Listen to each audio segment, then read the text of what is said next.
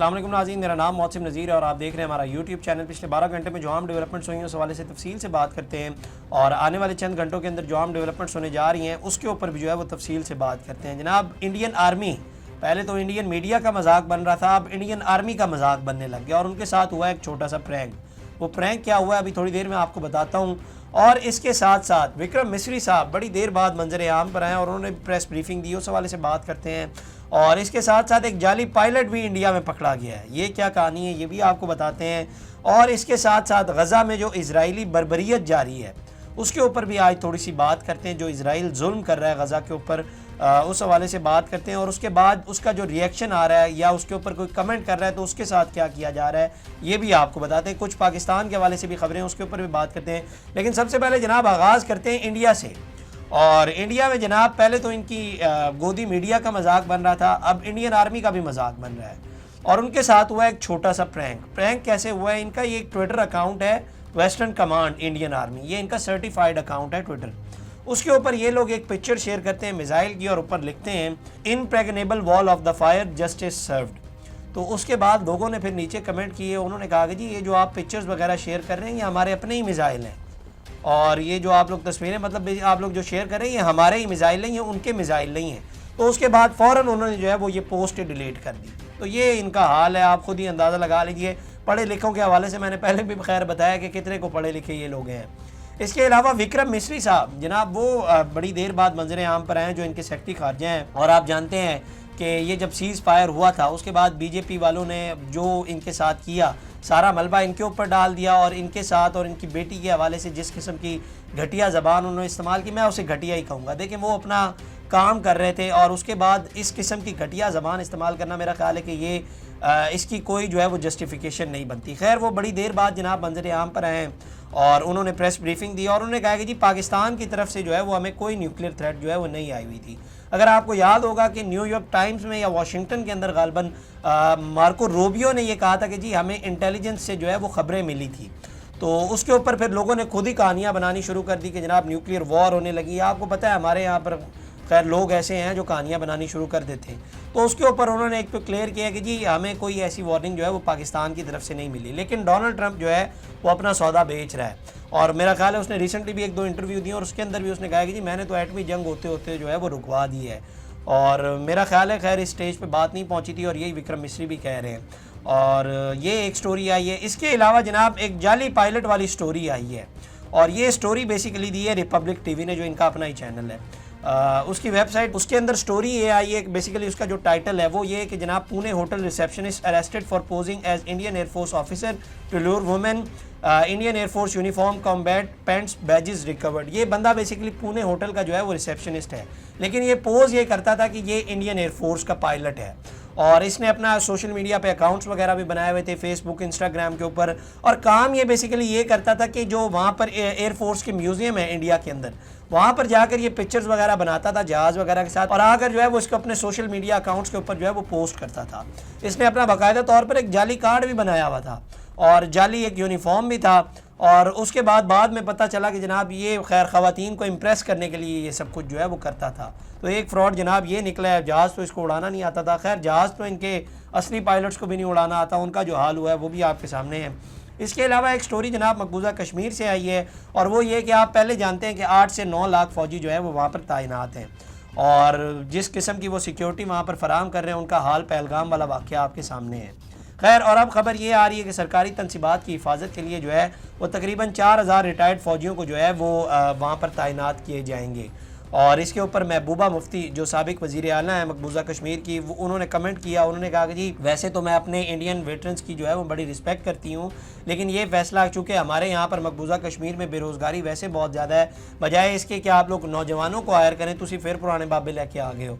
तो मेरा ख्याल है कि इन बाबों को लाने का मकसद ये है कि इनका जो है वो इंडियन फ़ौज का बैकग्राउंड होता है और क्या होना है। खैर इसके अलावा जनाब एक और बड़ी एम्बेरसमेंट हुई है इंडिया को और वो ये हुई है कि जनाब अमरीकी महकमा खारजा ने जो है वो हिंदुस्तान में जो इंडिया के अंदर मौजूद ट्रैवल एजेंसीज़ हैं, कई ट्रैवल एजेंसीज़ हैं, उनके मालिकान और दीगर अमले के ऊपर जो है वो वीज़ा की पाबंदियाँ लगवा दी हैं, क्योंकि कहा जाता है कि वो जानबूझकर अमेरिकन इमिग्रेशन के लॉज को वायलेट करते हैं और गैर कानूनी तौर पर जो है वो पैसेंजर्स मुसाफिरों को और इंडियंस को जो है वो अमेरिका भेजते हैं। पहले ही जब से डोनाल्ड ट्रंप आया है उसने जो है वो जहाज़ भर भर के इलीगल इमिग्रेंट्स के जो है वो भिजवाए हैं वापस इंडिया। और अब ये, और आजकल मेरा ख्याल है कि डोनाल्ड ट्रंप के साथ अच्छे ताल्लुकात नहीं बन रहे और दूरियां जो है वो बढ़ती जा रही हैं इंडिया की डोनाल्ड ट्रंप के साथ। जिस किस्म के डोनाल्ड ट्रंप के बयान आ रहे हैं और सीज़ फायर के बाद भी डोनाल्ड ट्रंप के जिस किस्म के बयान है, और उसके बाद वो आईफोन वाला मामला, वो आप जानते हैं जो इन्वेस्टमेंट आईफोन की जानी थी इंडिया के अंदर, उसके हवाले से जो डोनाल्ड ट्रंप का बयान है, तो मेरा ख्याल है कि दूरियां जो है वो बढ़ती जा रही हैं।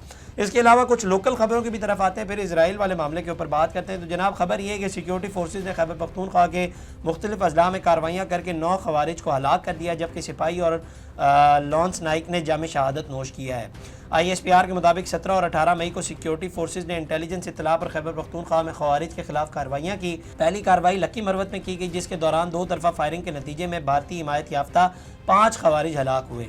ISPR के मुताबिक सिक्योरिटी फोर्सेज ने शुमाली वजीरिस्तान के इलाके मीर अली में इंटेलिजेंस बेस्ड ऑपरेशन किया। ऑपरेशन के दौरान मौसर कार्रवाई में 3 खवारिज मारे गए, जबकि जनूबी वजीरिस्तान में किए गए एक और इंटेलिजेंस बेस्ड ऑपरेशन में 2 खवारिज मारे गए। ताहम ऑपरेशन के दौरान शदीद फायरिंग के तबादले में कोहाट के 40 साला नाइक मुजाहिद खान बहादुरी से लड़ते हुए जो है वो शहीद हो गए हैं। तो एक डेवलपमेंट जनाब ये हुई है। इसके अलावा एक और डेवलपमेंट हुई है और वो ये हुई है कि डोनाल्ड ट्रंप और पुतिन जो रशिया के सदर हैं उनके दरमियान 2 घंटे की फ़ोन कॉल हुई है, बड़ी तवील फ़ोन कॉल हुई है। और उसके बाद डोनाल्ड ट्रंप ने ये पैगाम भी जारी किया और उसके अंदर उसने कहा है कि जी मेरी, बेसिकली उसने अनाउंस ही किया है, उसने कहा है कि जी मेरी ये जो तवील फ़ोन कॉल हुई है वो इस हवाले से हुई है कि यूक्रेन और रशिया की जो वॉर है उसके हवाले से थी। और उसमें उसने ऐलान किया कि जी सीज़ फायर का जो है वो रशिया और यूक्रेन जो है निगोसिएशन करेंगे। और उसने साथ साथ कहा है कि जी मुज़ाकरात का सिलसिला जो है वो शुरू होगा। और उसने कहा है कि जी ये जो निगोसिएशंस जो हैं वो ये दोनों की कंडीशंस का जो है वो इसमें ख्याल भी रखा जाएगा। और उसने ये भी कहा है कि इस सिलसिले में जो है वो मेरी ज़ेलेंस्की जो यूक्रेन के सदर हैं उनको भी जो है वो आगाह किया गया है। तो डोनाल्ड ट्रंप जो है वो यहाँ पर भी कोई बड़ी कार्रवाई डालने लगा है। मेरा ख्याल है कि नोबल इनाम ही ना मिल जाए इस बार डोनाल्ड ट्रंप को। खैर अब आ जाए जनाब ज़रा इसराइल के ऊपर और जो गज़ा के ऊपर जो बर्बरियत कर रहा है इसराइल। थोड़ी सी डिटेल्स आपको बताता हूँ। गज़ा में जनाब इजरायली जारियत जो है उसमें शिद्दत आ गई है और रात गए शुरू होने वाले फ़िज़ाई हमलों में कम से कम 44 अफराद शहीद हो गए हैं, जिनमें ज़्यादातर ख़वातीन और बच्चे शामिल हैं। गज़ा की सिविल डिफेंस एजेंसी के तर्जुमान ने बताया कि रात 1 बजे से अब तक 44 अफराद की लाशें अस्पताल मुंतकिल की गई हैं, जबकि दर्जनों अफराद ज़ख्मी भी हुए हैं। उन्होंने बताया कि गज़ा शहर में एक स्कूल पर हमले में 8 अफराद जाबाक हुए, जो कि नकल मकानी करने वाले अफराद का आर्जी ठिकाना था। मरकज़ी इलाके दिरुल बला में एक घर पर मरकज़ी इलाके दिरुल बला में एक घर पर बमबारी से 12 अफराद जान की बाजी हार गए। इसी तरह नसीरात कैंप के करीब एक पेट्रोल पंप पर हमले में 15 अफराद शहीद हुए, जबकि जिबालिया पनाह गुज़ीन कैंप में एक और घर पर हमले में 9 अफराद जान की बाजी हार गए। इजरायली फ़ौज की जानिब से इन हमलों पर ताहाल कोई रद्द-ए-अमल सामने नहीं आया। गज़ा में इंसानी बहरान मज़ीद शिद्दत इख्तियार करता जा रहा है, जहाँ हज़ारों अफराद बेघर, ज़ख्मी और खौफ में मुब्तला हैं। और हमारी इत्तलात के मुताबिक वहाँ पे जो ज़ख्मी हैं उनके लिए दवाइयों की भी जो है वो शॉर्टेज होती जा रही है और खाने पीने की अशिया की भी जो है वो वहाँ पर शॉर्टेज होती जा रही है। इस हद तक जो है वो बर्बरियत इसराइल जो है वो गज़ा के ऊपर कर रहा है। और दूसरा ये कि खान यूनस जो फ़लस्तीन का दूसरा बड़ा शहर है, उसके हवाले से इसराइल ने ये कहा है कि जी इस शहर को जो है वो आप लोग खाली कर दें, इसको हम लोग जो है वो वॉर जोन डिक्लेयर कर रहे हैं। तो जल्द अज जल्द जो है वो आप लोग खान यूनस को भी जो है वो खाली कर दें। आप अंदाज़ा लगाएं कि किस कदर जो है वो इसराइल बर्बरियत कर रहा है गज़ा के ऊपर। इस हद तक कर रहा है कि ब्रिटेन, यूके, फ्रांस और कनाडा इन्होंने मिलकर एक मुश्तरका बयान जारी किया है नेतन्याहू के हवाले से। उन्होंने कहा है कि जी ये जो सिलसिला है अब इसको रुक जाना चाहिए और ये बर्बरियत जो है वो मज़ीद नहीं चल सकती। ये ज़हन में रखिएगा कि ये सारे मुल्क इसराइल को सपोर्ट करते हैं, जो अब कह रहे हैं कि जनाब ये जो बर्बरियत है इसे अब रुक जाना चाहिए।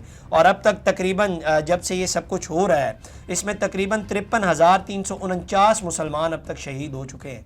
53,000 आप अंदाज़ा कीजिए। और 3 सहाफ़ी है जो रिसेंटली बमबारी हुई है उसके अंदर शहीद हुए और कुल तादाद जो है वो सहाफ़ियों की अब 230 हो गई है। और इसी से मिलती जुलती खबर नेतन्याहू जो इजरायली वज़ीर आज़म है उनका एक वीडियो पैगाम भी आया है। उसमें उन्होंने कहा कि जी मैं गज़ा के ऊपर जो है वो अपना मुकम्मल कंट्रोल जो है वो रखूँगा और उन्होंने कहा कि मैं ऑपरेशन जो है वो शुरू कर रहा हूँ और इस पर गज़ा पे कंप्लीट कंट्रोल करना है मैंने। और उसमें उसने कहा कि जी शदीद लड़ाइयाँ जो है वो जारी हैं और हम पेशकदमी कर रहे हैं और गज़ा की पट्टी के तमाम इलाकों पर जो है वो हम मुकम्मल कंट्रोल जो है वो हासिल करेंगे। तो ये सब कुछ जो है वो अब खैर करने जा रहे हैं। और जो लोग इनके लिए आवाज़ उठा रहे हैं, गज़ा में जो जुल्म हो रहा है उसके हवाले से आवाज़ उठा रहे हैं, उनके साथ जो कुछ किया जा रहा है वो भी आपको बता देता हूँ। ये BBC के एक स्पोर्ट्स एंकर हैं गैरी लिनेकर। इनकी जो मुलाजमत है इनको वहाँ से हटा दिया गया और 63 साल इनकी उम्र है और कई दहाइयों से ये BBC के साथ वाबस्ता हैं और ये फ़ुटबॉल के स्पोर्ट्स के हवाले से ये बेसिकली तज्जिया पेश करते थे और इन्होंने बेसिकली की FB पर एक पोस्ट शेयर जिसके ऊपर चूहे का निशान भी बना हुआ था। अच्छा, अब जो इजराइलीज़ हैं ना वो चूहे के निशान को अपने ख़िलाफ़ समझते हैं, तो बाद में खैर इन्होंने ये पोस्ट डिलीट भी कर दी, लेकिन इनको फिर भी जो है इनकी नौकरी से जो है वो हटा दिया गया है। तो ये सब कुछ यहाँ पर चल रहा है। ये एक खैर केस है, ऐसे हज़ारों केसेस हैं यहाँ पर।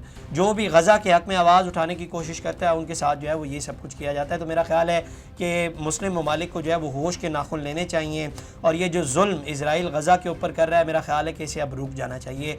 53,000, ये 53,000 एक बहुत बड़ा फिगर होता है, मुसलमान शहीद हो गए हैं। तो मेरा ख्याल है कि इस बर्बरियत को जो है वो अब रुकना चाहिए। तो ये जनाब अब तक की डेवलपमेंट्स थी। अगली वीडियो में आपसे दोबारा मुलाकात करेंगे, अल्लाह ने की बात। इस तरह की और वीडियोस देखने के लिए सब्सक्राइब कीजिए हमारा चैनल और देखते रहिए PSPKG न्यूज़।